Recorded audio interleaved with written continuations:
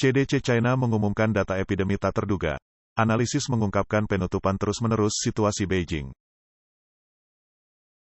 Seperti yang dilaporkan sebelumnya, setelah 42 hari hening, Pusat Pengendalian dan Pencegahan Penyakit China CDC tiba-tiba mengumumkan pada tanggal 11 Juni bahwa ada 164 kematian dalam 2.777 kasus baru yang parah terkait COVID-19 di China pada bulan Mei.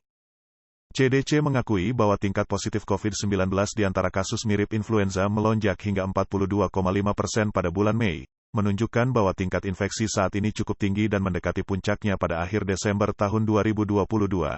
Setelah PKC mencabut kebijakan nol kasus COVID-19. Menurut kurva angka positif COVID-19 yang dipublikasikan CDC, angka positif dari tanggal 12 sampai tanggal 18 Desember tahun 2022 sebesar 33,2%. Dari tanggal 19 hingga tanggal 25 Desember mencapai 59,5% dengan tertinggi 60%. Namun dalam briefing terbaru, CDC mengklaim bahwa tren naik melambat pada akhir Mei dan saat ini menunjukkan tren penurunan.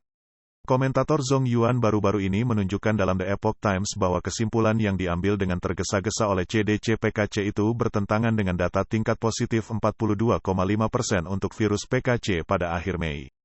This is likely another politically motivated conclusion directed by the CCP leadership. Ini kemungkinan merupakan kesimpulan yang bermotivasi politik lainnya yang diarahkan oleh kepemimpinan PKC.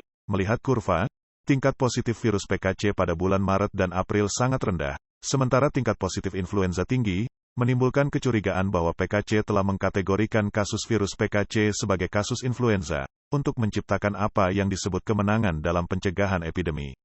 Menurut CDC PKC, infeksi COVID-19 di China diklasifikasikan sebagai penyakit menular kelas B di bawah manajemen kelas 2. Menurut hukum, persyaratan untuk mengungkapkan informasi tentang situasi epidemi adalah untuk merilisnya sebulan sekali. Namun mulai dari awal Januari hingga tanggal 29 April tahun ini, CDC China memberikan pembaruan mingguan tentang epidemi tersebut. Namun pada bulan Mei mereka diam selama 42 hari penuh sebelum merilis laporan lain pada tanggal 11 Juni.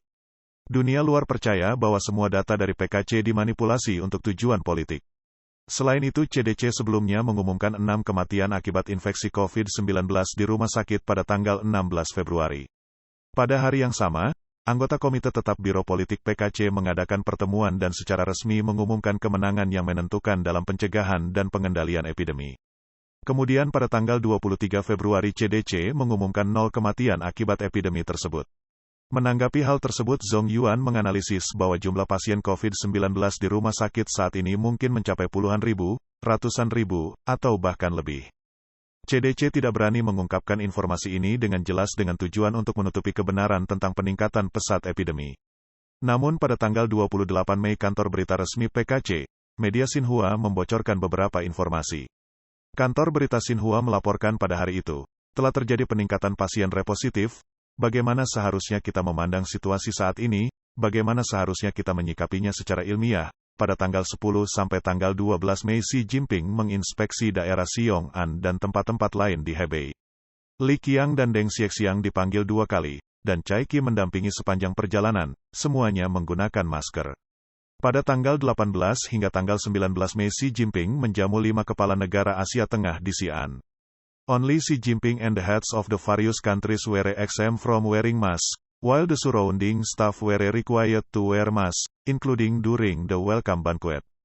Hanya Xi Jinping dan berbagai kepala negara yang dibebaskan dari penggunaan masker, sementara staf di sekitarnya diharuskan memakai masker, termasuk saat jamuan penyambutan. Pada tanggal 24 Mei Perdana Menteri Rusia Mikhail Mishustin berkunjung ke China saat bertemu dengan Xi Jinping dan Li Qiang. Orang-orang di sekitarnya juga diwajibkan memakai masker.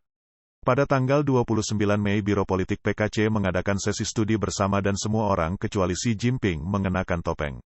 3 anggota Biro Politik tidak hadir, termasuk Zhang Yuxia, Zhang Guoqing, dan Chen Wenxing, sulit untuk memastikan apakah mereka terinfeksi. Namun, saat kuliah oleh Qi Yuyong, sekretaris Partai Universitas Tsinghua dan seorang akademisi dari Akademi Ilmu Pengetahuan China, dia tiba-tiba mengenakan topeng saat berbicara. Dari tanggal 6 hingga tanggal 8 Juni Xi Jinping melakukan inspeksi di Mongolia dalam, masih menerapkan langkah-langkah pencegahan epidemi yang ketat. Pada tanggal 7 Juni saat briefing militer, hanya Xi Jinping yang tidak memakai topeng dan yang lainnya menjaga jarak yang cukup jauh darinya. Zhang Yuxia sekali lagi absen. Pada tanggal 12 Juni Xi Jinping mengadakan upacara penyambutan kunjungan Presiden Honduras di depan Aula Besar Rakyat di Beijing. Anggota staf dari kedua belah pihak terus memakai masker di luar ruangan. Menyikapi perilaku para pemimpin puncak PKC yang disebutkan di atas, komentator Zhong Yuan percaya bahwa dalam menghadapi epidemi virus PKC yang meningkat dengan cepat, PKC berusaha mati-matian untuk menutupinya. Melihat bahwa upaya penutupan mereka tidak lagi efektif, mereka tidak punya pilihan selain mulai mengumumkan jumlah orang yang terinfeksi dan meninggal. Namun CDC Partai Komunis China masih mengarang data palsu yang kontradiktif.